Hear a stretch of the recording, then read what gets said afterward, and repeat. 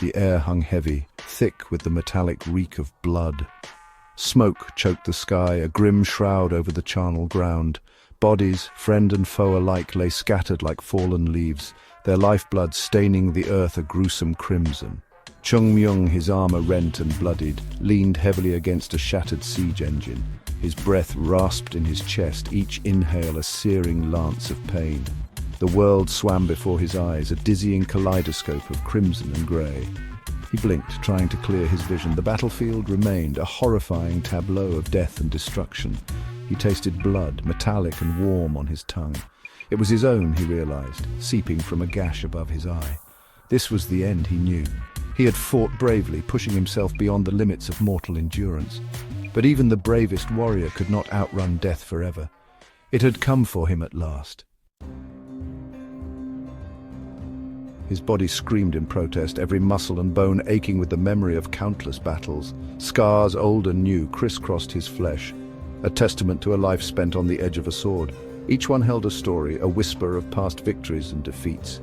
He closed his eyes, the world shrinking down to the agonizing throb of his wounds. How many times had he walked this path, the razor's edge between life and death? How many times had he stared into the abyss, only to claw his way back?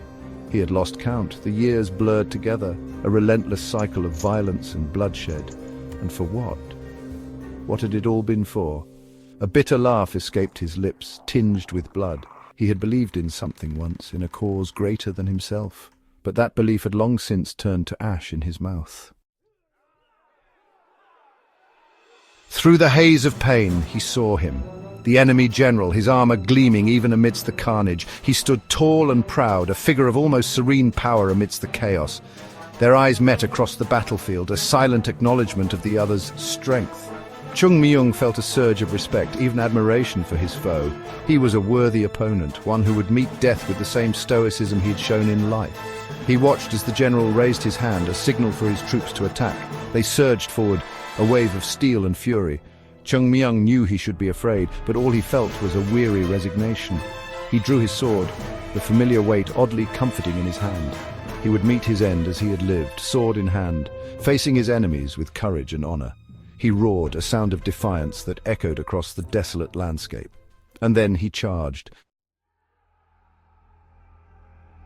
The clash of steel was music to his ears, a familiar symphony of death and destruction. He fought with the ferocity of a cornered animal, his movements honed by years of training and experience. But for every enemy he cut down, two more seemed to take their place. His strength was fading, his movements growing sluggish. He was fighting a losing battle, and he knew it. As he fought, his mind raced. What was the point of it all, this endless cycle of violence? What good had come from all the bloodshed and suffering? He looked around at the carnage, at the broken bodies littering the battlefield.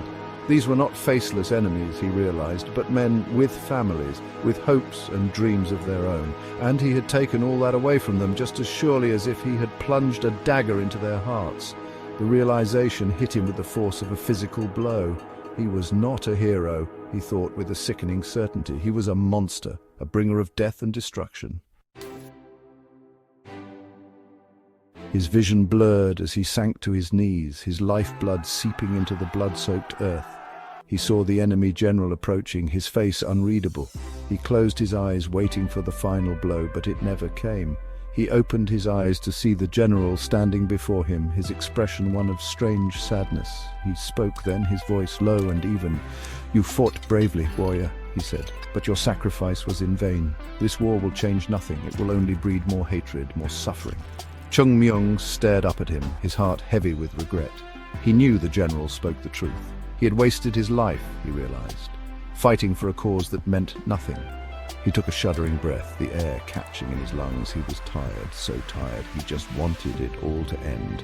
"Tell my family," he rasped, his voice barely a whisper.